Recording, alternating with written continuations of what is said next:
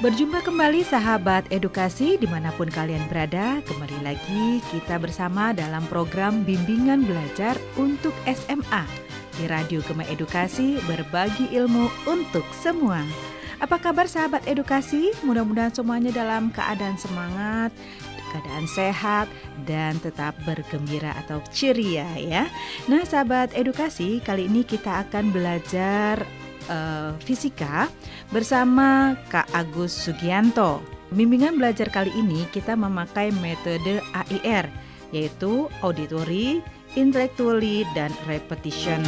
Yaitu belajar melalui mendengarkan, kemampuan berpikir atau menalar, dan juga mengulang kembali untuk pemahaman dalam materi yang telah disampaikan. Nah, sahabat edukasi, mari kita sama-sama mendengarkan pembelajaran fisika ini dengan judul Fluida Statis bersama Kak Agus Sugianto.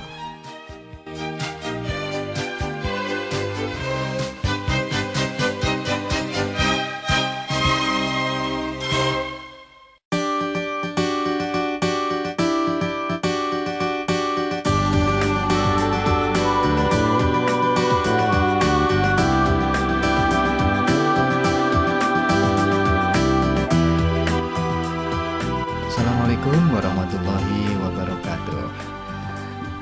Sahabat edukasi, jumpa lagi di kesempatan kali ini di pembelajaran fisika ya. Kali ini kita akan belajar fisika khususnya untuk kalian yang sedang berada di kelas 11 MIPA ya. Ya, di sini kelas 11 yang sedang belajar fisika, kita akan belajar tentang fluida, dan khususnya pada pertemuan kita kali ini kita akan belajar tentang fluida statis ya. Nah, di pembelajaran fluida statis ini kompetensi dasar kita adalah menerapkan hukum-hukum fluida dalam kehidupan sehari-hari.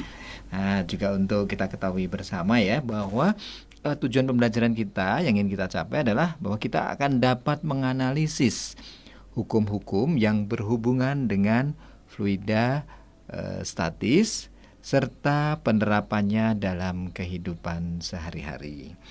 Ya, sahabat edukasi, apa ya sebenarnya fluida itu ya? Mungkin kalian pernah melihat ada peristiwa kebakaran gitu ya. Nah, untuk menanggulangi dari bencana kebakaran ini, biasanya instansi pemerintah menyediakan mobil pemadam kebakaran. Nah, kemudian tiap armada ini tentunya dilengkapi dengan tangga yang dipanjangkan, kemudian diputar, bisa dilipat secara otomatis gitu ya. Nah, dengan ukuran yang sangat besar. Nah, tahukah kalian prinsip fisika apa yang diterapkan dalam sistem ini? Nah, dengan kita belajar tentang fluida ini, nanti kita akan mengetahui bagaimana keterkaitan fluida dengan peralatan tersebut. Ya, ini penjelasan fluida secara umum ya. Nah, untuk kalian kita ketahui juga ya bahwa kita dulu waktu di SMP kita pernah mempelajari ada bermacam-macam jenis zat ya. Ada 3 jenis zat yang kita pernah pelajari, yaitu apa saja? Zat padat ya, benar. Kemudian apa lagi? Zat cair dan gas, betul. Nah, zat padat ini adalah suatu zat yang mempunyai bentuk tetap, sedangkan zat cair dan gas ini mempunyai bentuk yang berubah-ubah dan dapat mengalir.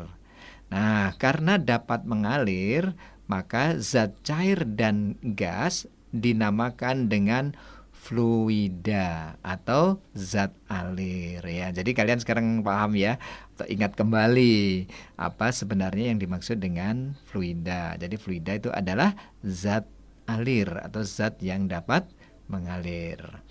Nah, sahabat edukasi, di dalam fisika fluida ini dikelompokkan menjadi 2, yaitu fluida statis dan fluida dinamis. Fluida statis itu mempelajari fluida yang tidak bergerak. Sedangkan fluida dinamis mempelajari fluida yang bergerak atau mengalir. Nah, dengan mempelajari materi tentang fluida, maka kita akan dapat menjelaskan peristiwa sehari-hari yang terlihat sepertinya aneh begitu ya. Apa nih? Misalnya, makin dalam kita menyelam di dalam zat cair gitu ya, atau di dalam air misalnya, maka telinga kita akan terasa lebih sakit. Nah, itu contohnya. Kemudian juga ada pertanyaan gini ya, mengapa kapal yang terbuat dari besi ya, besi kan begitu beratnya ya, tetapi dapat mengapung gitu. Nah, kemudian ada lagi apa misalnya? Kapal selam ya, ini kapal selam yang di laut nih ya, bukan kapal selam yang makanan di daerah Sumatera ini ya. Ya, di daerah Sumatera ada makanan yang namanya kapal selam. Nah, ini kapal selam yang di laut, mengapa dia bisa tenggelam, kemudian bisa mengapung gitu ya, dan kemudian bahkan bisa melayang gitu ya, kemudian bisa menyelam lagi gitu.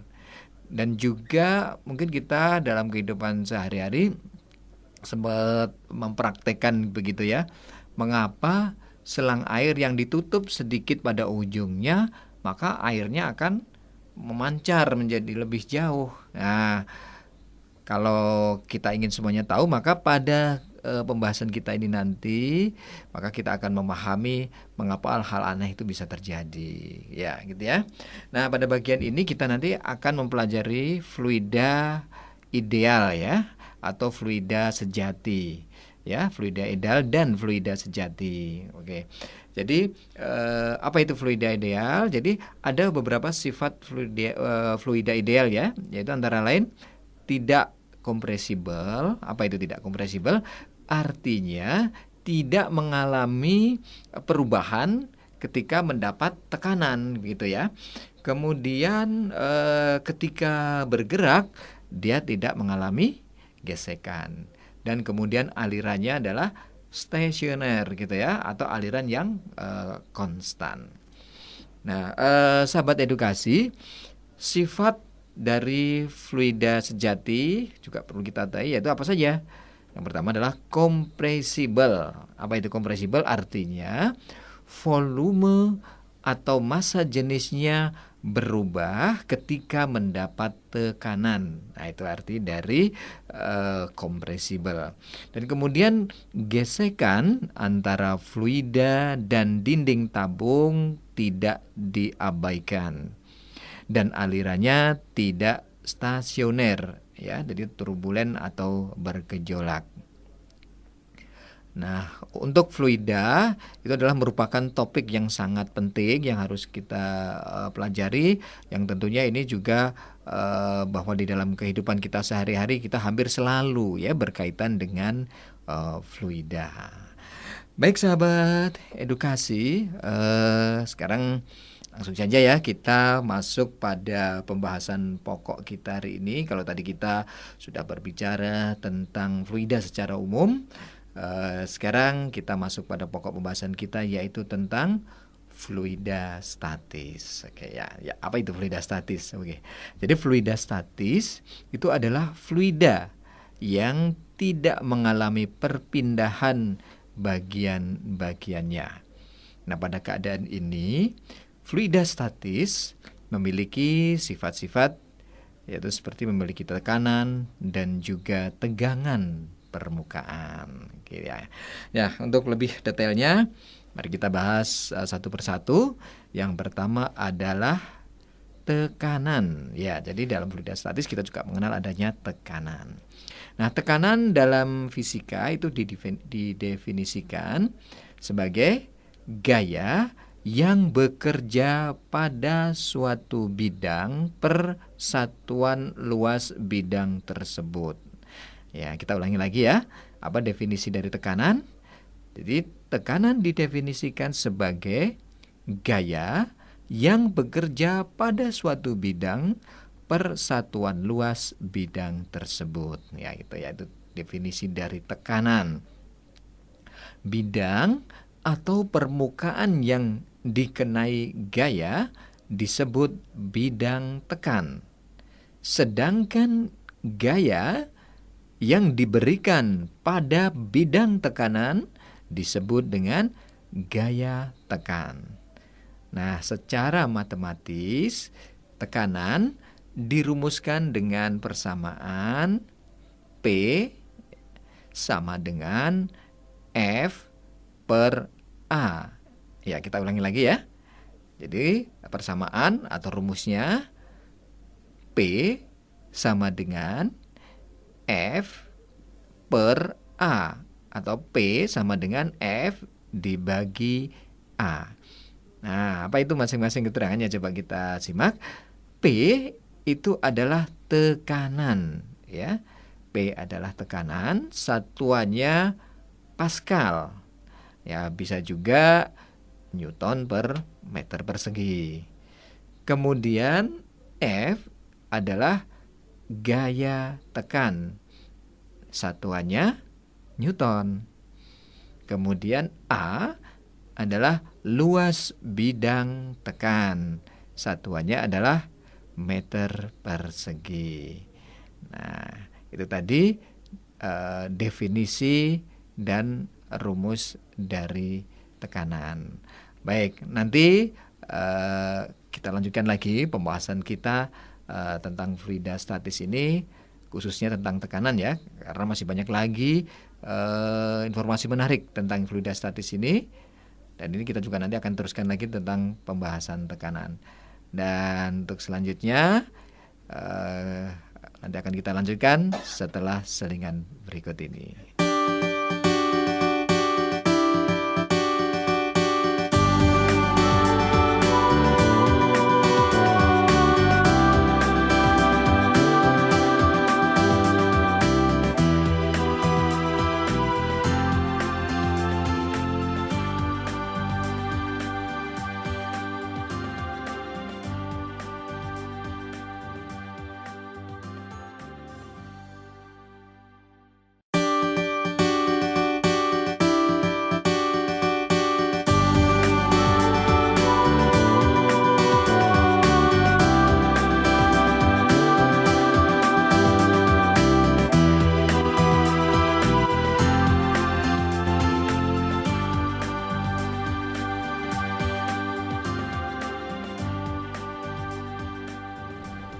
Sahabat edukasi, ya setelah kita tadi jeda sejenak, kita lanjutkan lagi ya pembahasan kita.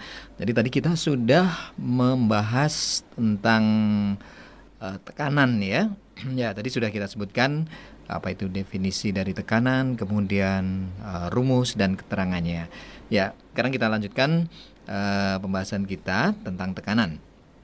Ya, untuk tekanan ini adalah merupakan besaran skalar di mana tekanan ini memiliki satuan internasional atau SI yaitu Pascal ya, disingkat dengan PA dengan huruf P besar dan A kecil. Nah, satuan tekanan ini diberi nama Pascal, itu adalah diambil dari nama ilmuwan Prancis Blaise Pascal. Selain dengan satuan Pascal, satuan yang dimiliki tekanan juga adalah bar, di mana satu bar itu sama dengan 1,0 kali 10 pangkat 5 Pascal. Nah, tekanan juga memiliki satuan atmosfer atau disingkat dengan ATM ya. ATM huruf kecil, di mana besarnya untuk 1 ATM itu sama dengan 101,325 Pascal. Nah, tekanan juga memiliki satuan milimeter Hg, di mana 1 ATM itu sama dengan 760 mm Hg atau 760 mm Hg sama dengan 1 ATM. Nah, untuk kita ketahui juga bahwa tekanan pada fluida statis di zat cair ini dikelompokkan menjadi 2 ya, sahabat edukasi, yaitu tekanan pada ruang tertutup dan tekanan pada ruang terbuka. Nah, untuk selanjutnya nih kita bahas ya, apa itu tekanan pada ruang tertutup dan ruang terbuka. Yang pertama kita bahas dulu yaitu tekanan fluida statis zat cair di dalam ruang tertutup ya. Ini terkait dengan hukum Pascal ya. Jadi di hukum Pascal menyatakan bahwa tekanan yang diberikan di dalam ruang tertutup diteruskan sama besar ke segala arah. Ya, kita ulangi lagi ya.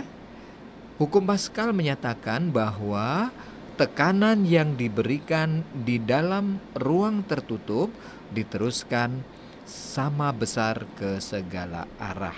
Ya.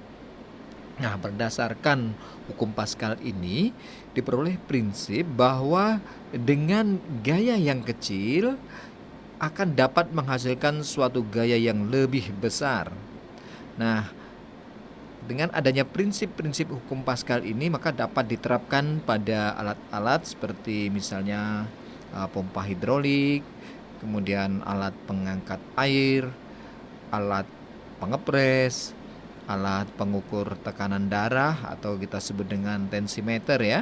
Kemudian rem hidrolik ya, di kendaraan ya adanya rem hidrolik. Kemudian ada dongkrak hidrolik yang bisa dipakai untuk mengangkat mobil dan seterusnya ya.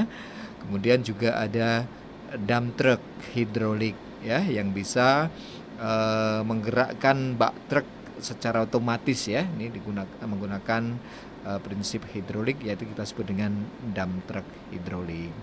Nah, lalu bagaimana sebenarnya cara kerja dari tekanan fluida statis dalam ruang tertutup terkait dengan hukum Pascal ini pada alat-alat yang kita sebutkan tadi. Nah, untuk penerapan hukum Pascal dalam suatu alat, misalnya saja dongkrak hidrolik, ini bisa kita jelaskan sebagai berikut ya. Alat untuk menjelaskan ini kita sebut dengan bejana berhubungan ya.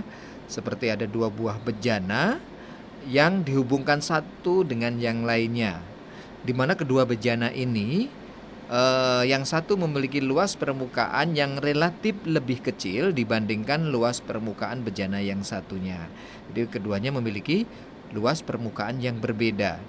Nah, kalau luas permukaan yang pertama yang kecil kita sebut dengan A1, maka luas permukaan yang besar kita sebut dengan A2.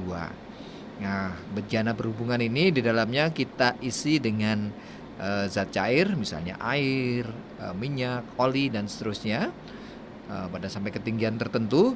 Kemudian di permukaan zat cair ini, minyak atau air ini, kita beri klep dengan luas sama dengan luas penampang tabung atau bejana tadi ya di kedua permukaannya.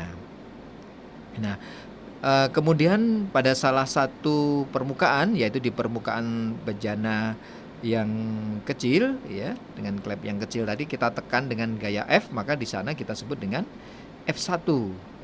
Nah, maka ketika F1 bejana yang dengan tutup bejana yang dengan luas permukaan A1 kita tekan dengan gaya F1, maka pada permukaan yang besar akan menghasilkan F2. Nah, jadi apabila pengisap 1 ditekan dengan gaya F1, maka zat cair akan menekan ke atas ya, pada bejana yang besar ya, dengan tekanan P2 ya. Nah, karena P1 sama dengan P2 seperti yang disebutkan di dalam hukum Pascal tadi, bahwa tekanan yang diberikan di dalam ruang tertutup diteruskan sama besar ya ke segala arah. Jadi tekanannya sama besar, maka P1 sama dengan P2. Nah, P1 tadi dirumuskan dengan F1 per A1, sedangkan P2 sama dengan F2 per A2. Sehingga maka didapatkanlah rumus P1 sama dengan P2, F1 per A1 sama dengan F2 per A2. Nah, ini dengan keterangan bahwa F1 adalah gaya pada piston atau klep pada bejana pertama. Kemudian F2 adalah gaya pada piston kedua, sedangkan A1 luas penampang pada piston pertama dan A2 adalah luas penampang pada piston kedua. Nah, kalau kita ingin mengetahui berapa besarnya F, maka cukup kita modifikasi persamaan ini. Jadi rumusnya bahwa F1 sama dengan A1 per A2 dikali dengan F2. Nah, ini salah satu persamaan yang bisa kita gunakan di dalam prinsip hukum Pascal yang diterapkan pada dongkrak hidrolik. Sahabat edukasi, untuk lebih jelasnya kita bisa melihat pada contoh soal ya. Nah, ini kita baca dulu contoh soalnya. Pada suatu alat pengangkat mobil, yaitu dongkrak hidrolik, terdiri atas 2 tabung yang berhubungan. Kedua tabung yang mempunyai diameter berbeda ini ditutup masing-masing dengan sebuah pengisap ya, atau piston atau klep tadi. Tabung diisi penuh air. Pada tabung besar diletakkan mobil yang hendak diangkat. Ketika pengisap pada tabung kecil diberi gaya, ternyata mobil terangkat ke atas. Jika berat mobil sebesar 3 ton, kemudian diameter pengisap tabung besar 30 cm dan tabung kecil 5 cm, serta G atau percepatan gravitasi 10 meter per sekon kuadrat, maka pertanyaannya adalah berapakah gaya yang harus diberikan pada penghisap kecil agar mobil terangkat naik. Nah, ini nanti untuk jawaban dari contoh soal ini akan kita bahas lebih lanjut tentunya setelah jeda berikut ini.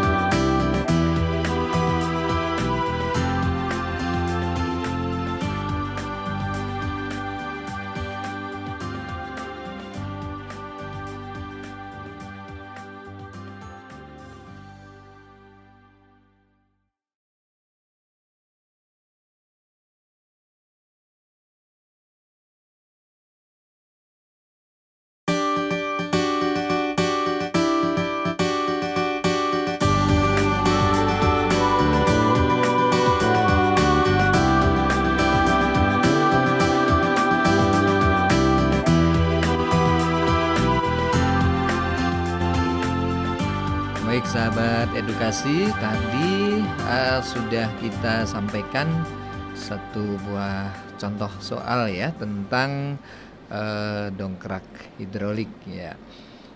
Tadi sudah dibacakan soalnya, sekarang kita bahas bagaimana cara menyelesaikan contoh soal yang sudah kita sampaikan tadi ya. Diketahui bahwa massa beban yang berupa mobil tadi adalah sebesar 3 ton atau berarti sama dengan 3.000 kg. Kemudian diameter pada tabung yang besar 30 cm, sedangkan diameter pada tabung yang kecil itu adalah 5 cm atau D2 ya. Kemudian kalau kita sebutkan dalam bentuk simbol, maka MB sama dengan 3.000 kg, D1 diameter yang besar itu 30 cm, D2 diameter pada tabung kecil adalah 5 cm. Sedangkan percepatan gravitasi atau G kecil ya, itu sama dengan 10 meter per sekon kuadrat. Nah, nanti pertanyaannya adalah kita diminta untuk menentukan gaya yang harus diberikan pada tabung kecil ya agar mobil terangkat. Berarti pertanyaannya adalah berapakah besarnya F1 ya. Baik, kita jawab ya. Jadi dari gaya kedua pada sistem ini adalah gaya berat mobil. Karenanya besarnya F2 yaitu sama dengan M kali G ya. M mobil tadi berapa? 3000 dikalikan G. G-nya adalah percepatan gravitasi sebesar 10. Jadi 3000 dikali 10 sama dengan 30.000 Newton. Ya, jadi ini kita sebut dengan F2.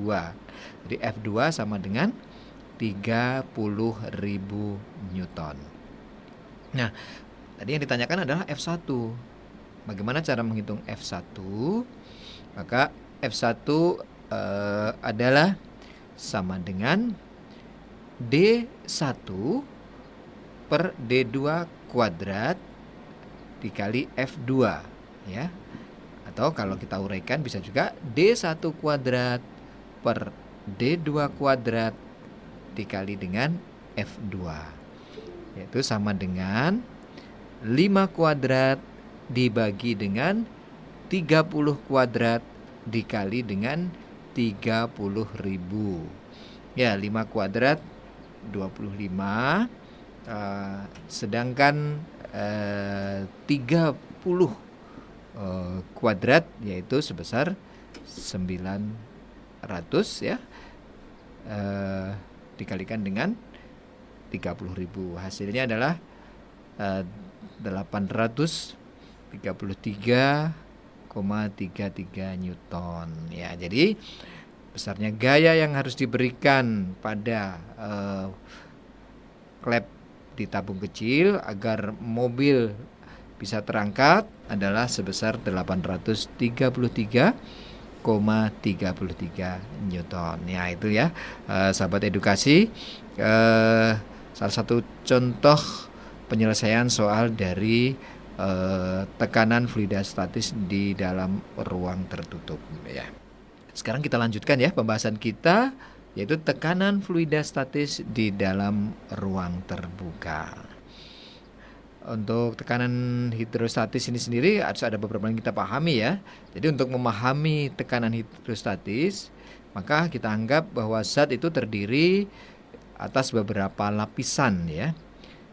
Dan setiap lapisan ini memberi tekanan pada lapisan di bawahnya, sehingga lapisan bawah akan mendapatkan tekanan paling besar karena lapisan atas hanya mendapat tekanan dari udara atau atmosfer.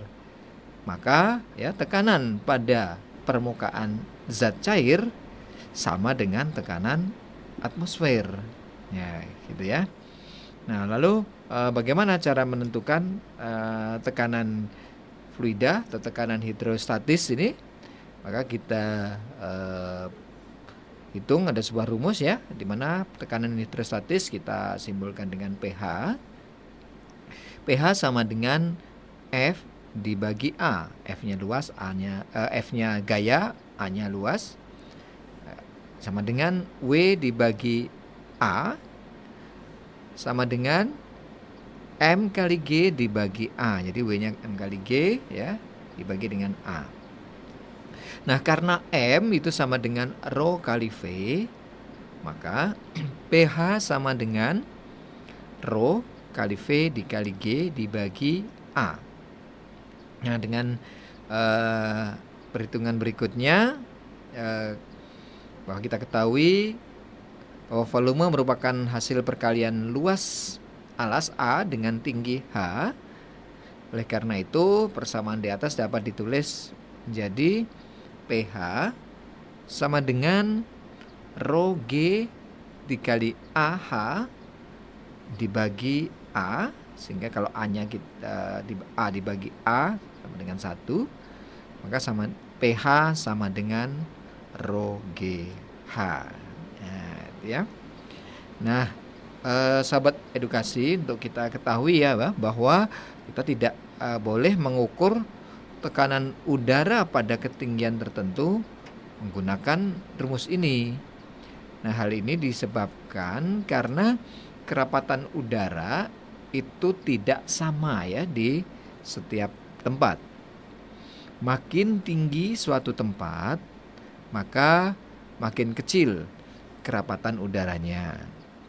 Nah, untuk tekanan total yang dialami dasar bejana pada ketinggian tertentu, ini dapat dicari dengan menjumlahkan tekanan udara luar dengan tekanan hidrostatis. Ya. Nah, sehingga kalau kita tuliskan dalam bentuk rumus, maka besarnya P total itu sama dengan PO ditambah dengan pH. Ya, apa itu pH? pH adalah tekanan hidrostatis, yaitu tekanan yang dialami oleh zat cair yang satuannya Pascal. Sedangkan PO itu adalah tekanan udara luar. Nah, tadi sudah kita ketahui bahwa besarnya pH itu sama dengan rho GH, di mana rho adalah massa jenis zat cair yang satuannya kilogram per meter kubik. Kemudian G itu adalah percepatan gravitasi bumi, satuannya meter per sekon kuadrat. Nah, sedangkan kedalaman atau H itu adalah kedalaman atau tinggi titik ukur dari permukaan yang satuannya adalah meter. Nah, itu penjelasan tentang tekanan hidrostatis, ya, tekanan fluida statis dalam ruang terbuka. Sahabat edukasi, untuk lebih jelasnya kita coba dengan latihan soal, ya. Baik. Soalnya pada suatu tempat di dasar sebuah danau memiliki kedalaman 20 meter, ya. Jadi danau ini memiliki kedalaman 20 meter. Diketahui massa jenis air danau 1 gram per centimeter kubik. Sedangkan percepatan gravitasi G sama dengan 10 meter per sekon kuadrat. Dan tekanan di atas permukaan air sebesar 1 atmosfer. Pertanyaannya, hitunglah tekanan hidrostatika dan tekanan total di tempat tersebut. Nah, bagaimana nih cara menjawabnya? Baik. Jadi kita lihat tadi, kita ketahui tadi bahwa kedalamannya 20 meter, berarti H kecil ya ini, sahabat edukasi. H kecil sama dengan 20 meter. Kemudian berikutnya massa jenis air danau. Nah, ini kita simbolkan dengan rho. Rho sama dengan 1 gram per centimeter kubik. Berarti sama dengan 1000 kilogram per meter kubik. Kemudian dari percepatan gravitasi G, ya, G kecil sama dengan 10 meter per sekon kuadrat. Nah, untuk tekanan udara luar atau PO yaitu sebesar 1 atmosfer, ya, di mana 1 atmosfer ini sama dengan 1,013 kali 10 pangkat 5 Pascal. Nah, pertanyaannya adalah tadi yang pertama, berapa besarnya tekanan hidrostatika, berarti pH sama dengan berapa. Dan kemudian juga pertanyaan yang kedua adalah tekanan total di tempat tersebut, berarti P total sama dengan berapa. Nah, sekarang kita jawab untuk pertanyaan yang pertama, tekanan hidrostatika. pH rumusnya adalah sama dengan rho dikali G dikali H. Rho-nya 1000, G-nya 10, ya. Jadi rho-nya 1000 kg per meter kubik. Kemudian G-nya 10 meter per sekon kuadrat dan H-nya 20 meter. Jadi 1000 kali 10 kali 20 sama dengan 20.000 Pascal, ya. Atau juga sama dengan 2 kali 10 pangkat 5 Pascal. Ya, itu jawaban untuk pertanyaan pertama. Untuk pertanyaan kedua, tadi pertanyaannya adalah berapa besarnya tekanan total ya. Jadi P total sama dengan PO ditambah PH. Nah, tadi diketahui PO-nya sama dengan 1,013 kali 10 pangkat 5 Pascal. Nah, kita tambah dengan PH. Berapa PH-nya? 2 kali 10 pangkat 5 Pascal. Sehingga kalau dijumlahkan sama dengan 3,013 kali 10 pangkat 5 Pascal. Nah, itu salah satu contoh soal yang terkait dengan tekanan fluida statis dalam ruang terbuka. Nah, sahabat edukasi, nanti kita akan lanjutkan dengan pembahasan berikutnya, dan kita jeda sejenak untuk kita lanjutkan nanti pada pembahasan yang lainnya dengan materi yang berbeda. Oke, mudah-mudahan bisa jelas ya dengan penjelasan tadi, dan akan memperkaya wawasan kita terkait dengan fluida, khususnya fluida statis. Selamat belajar dan semoga sukses selalu. Terima kasih untuk pertemuan kita kali ini, kita cukupkan. Assalamualaikum warahmatullahi wabarakatuh.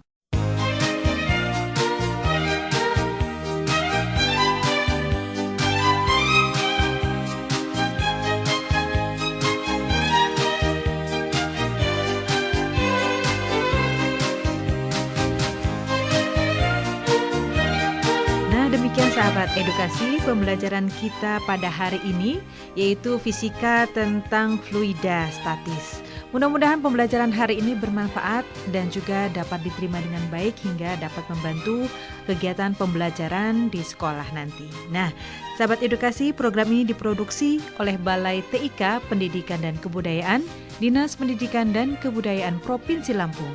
Tetap semangat dan sampai jumpa.